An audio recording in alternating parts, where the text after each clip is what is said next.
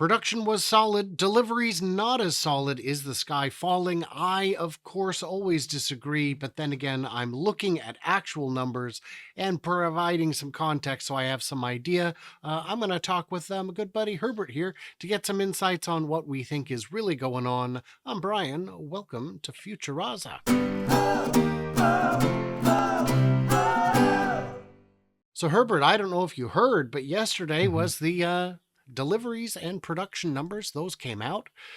How'd those go? Not the most exciting.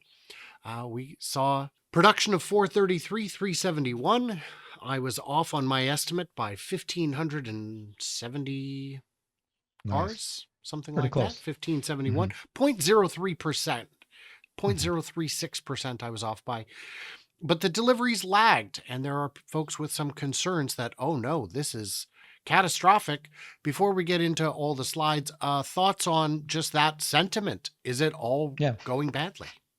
First of all, I love that you only will do production, because that's one thing that you can predict, that you have your finger on the pulse. And here, if you're within 1,000 plus cars of that 433, kudos to you. You did fantastic measuring and guessing the production level.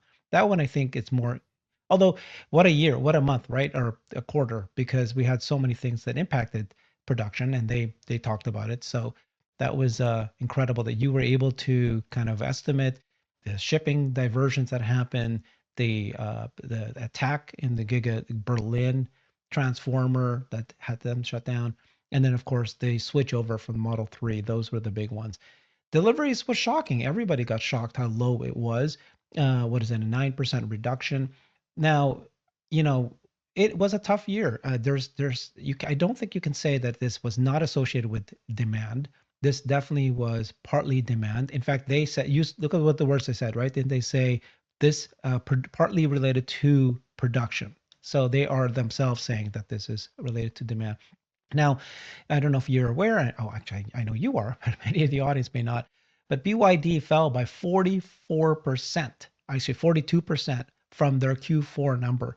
They only sold 300,000 BEVs when they were higher than Tesla in Q4. So they fell even more. Elon actually tweeted out and he posted saying, this is something that happened to BYD also. This is something that they were struggling. Everybody had a really tough quarter. Now, the question is, I initially thought this was a lot to do with China demand because BYD was hit hard. But actually, Tesla's numbers for the last week and the last month of the quarter was really good in China, like not off the walls. So I'm still kind of confused of what the demand issue is here. It's all good questions to raise. One question was, well, how could they have sold more if they made more, if they didn't sell all that they made? And the answer is product mix. If they'd been able to make more of the refresh Model 3s, they would have sold more units. If they were able to make more Cybertrucks, they would have sold those. Well, yeah, let me explain, I think, what Jeff Lutz said, which is something that I think we should repeat. He said the reason why production numbers is higher than delivery is because when in the second month of the quarter, that's when you got hit with the transformer hit on Giga Berlin. That's when you had the shipping issues. So you can't produce cars. And so then you can't deliver those cars. And then in the last month they start producing, but you can't sell those cars that you produced because it's like, the time frame. And so that's why you see a higher production than delivery. It makes a lot of sense, but a lot of people just attribute, oh, if you made that many production, why didn't you sell it? If you notice that they didn't actually cut prices, that's one reason why they didn't. It's not that they couldn't sell it. It's just that they produced it a little in the last months. So let's look at global days of inventory. We see that in the past, they've been at 13 days, 15 days, 16. Last quarter, they were at 15 days of inventory. And I'm here to tell you that number is dangerously low. It's much too low.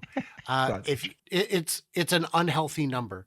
Cern was saying, here's some perspective. This is global inventory days of supply. And we're at about, he estimates 28. I say it's a little more like 26. Gary Black says it's in the 30s, but Gary Black's analysis is not always spot on, as we know. But this is not a bad number. If we look at the rest of the industry, um, Yeah, so Tesla's inventory shot up to 28 from 17 days in this quarter. And the reason is for the things we just said. The exact reason. But yes, if you look at this table, the green is the average, right? 80. yes. That's the national average of days of supply. And Toyota is at 36. Someone, when I posted this yesterday on X, someone said, "Oh my gosh, why are you attacking all the others?" I said, "I'm not. This is not an attack. Toyota at 36. I'm definitely not attacking them. That's just perspective. Um, being at even 32 days would still have them with the leanest inventory of any auto manufacturer, and Well, that's it's at not. 28. Yeah, Yeah. Well, even what I meant is even if Gary's number was correct mm, mm, instead of Cern's or mine. gotcha. These are normal kinds of things. Now we've also got some other factors to consider. There is the shipping issue. There is the fact that they have to go around Africa instead of through it. So a ro-ro ship, a roll-on, roll-off, holds 4 to 5,000 vehicles. It is entirely Mm, likely that 10,000 of that mhm, inventory growth is cars in transit around Africa. Next quarter, that number would not continue to increase, though it may not fall until they can reliably ship through the Suez Canal. And that takes that adds 15,000 miles to mhm, your journey. That adds 2 weeks. Putting thousands of cars on a 2 week delay causes numbers to mhm, fall in different quarters. And then there's the service centers.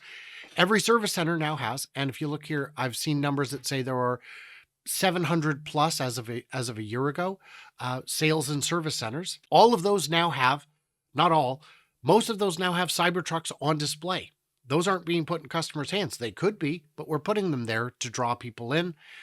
And they all have Model 3 refreshes on display because those are pure money. Those, mhm, you got to get people in, you got to let them see it, demo drive it. Every location got an extra 2, 3, 4 cars that they didn't have 3 to 6 months ago. Times 700, pretty soon you're talking real numbers. That's thousands of cars. So between Africa and everything else, let's see, we've got. Those are good info that I hadn't heard yet before. I did hear about this shipping thing where they're going around Africa now instead of going through, and so that's why this is that's a great info. Yeah. Well, hey, man, I got to add my perspective, right? Yeah. So if the average is 80 days, that's 3 times what Tesla has on hand. And the second best being Toyota with 36 days. Are we so narrowly focused as to genuinely think that this is the end of the world? I don't. I don't. I can see something There you like go. this and say, That's hey, man, beautiful. Yeah. yeah, this is and it, depending whose numbers you read, it could be anywhere from 15 days, 10 to 15 days longer to as much as 20 plus days longer. It's a long route to go around to keep your sailors safe. Um, so yeah, I'm just not sure. And then yeah, back to Cern's stuff here. Hmm. He's showing a bunch of charts showing global inventory. And if you're not following Cern, he is a great follow. I mean, I know you and I are, but I mean everyone else.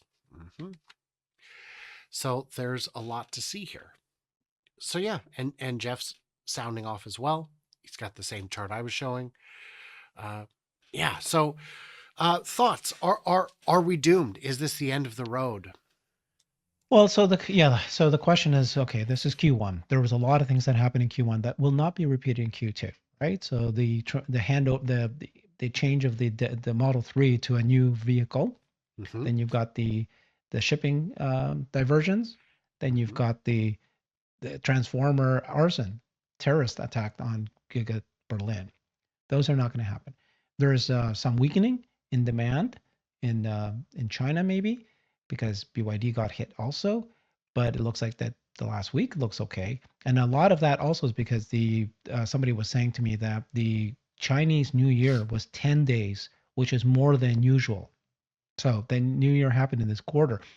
Having said that, now that you've got 386 this quarter, how is likely you're going to get the 2 million by the end of this year? I do think that it's going to be tough. You're going to have to hit like 550 per quarter for the next 3 quarters to catch up. So that might be tough to get. And so then that's where people are going, if you look at this as a car company and you're going, oh my gosh, they're not growing anymore, look at their volume, and you don't step back and think what's actually causing this issue, then you look at it as a car company. If you look at it as a car company and you look at all the other things it's doing, like robotaxi, energy, and bots, you're going, this is the greatest investment now. Yes, the car business, the auto business is struggling this year. It's in between two growth waves. That's what we're seeing now. But you look at the advancements we're making in everything else. And so to me, it's like it's okay. It's okay. This is what it is.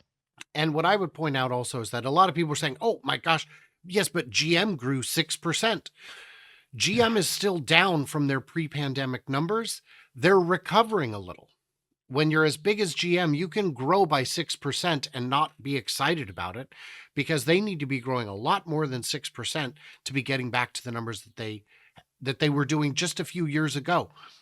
And what they're really doing is struggling with EVs. And EVs are the future, and the future is now. Many countries have looming internal combustion bans.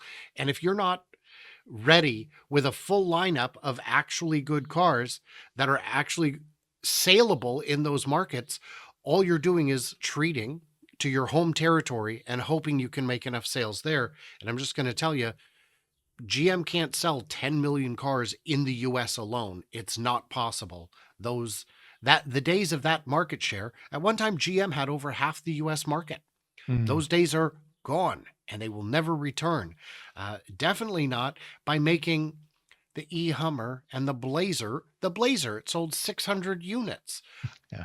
That's great. That's more than I realized they'd sold. I thought the number was still zero, but when you round it, it is still zero. So I'm not sure that's the most hopeful sign out there. Did you have any additional thoughts before we wind this one down? Just back to the point about, this is, I asked the question at a space recently, would you rather invest in 2019 in Tesla or today?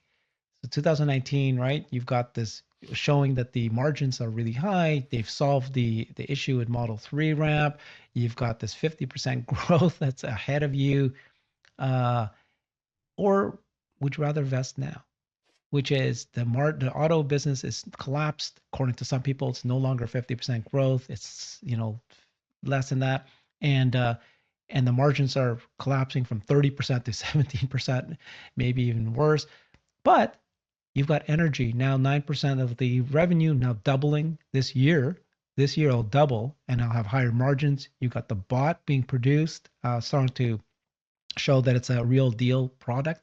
And you've got the robotaxi, 12.3. Those three are such a massive TAM compared to the auto business. And you're completely changing the game. It's no longer just a $17,000 profit per car one time sold, to both the bot and robotaxi to being $100,000 per unit per year on perpetuity. So it's like, gosh, it's like if you look at it as an auto business, it doesn't look good compared to 19. But if you look at Tesla as a company with all these opportunities, it's amazing. So what would you say to the people who say, you and I are looking at this, we're just coping. It's copium. We're saying anything we can to try and make a bad quarter look good. Do you buy that argument? Again, it's all about time frame. It's all about your perspective of the stock. So I say to people, you're right, I'm right. But you know what? We can both be right. So if you're telling me that, gosh, can't you see that this company sucks? I'm going to put my money in other companies that's going to grow higher probability growth this year. You're right. If your time frame is this year, if your time frame is 3 months, 6 months, maybe the end of this year, you're right. But I'm also right. You know what I mean? Like I'm looking at it from a product and business. I don't see another business out there that has $30 billion of cash that is it's a leadership position in 4 of the largest industries in the world. Actually 5, if you consider AI.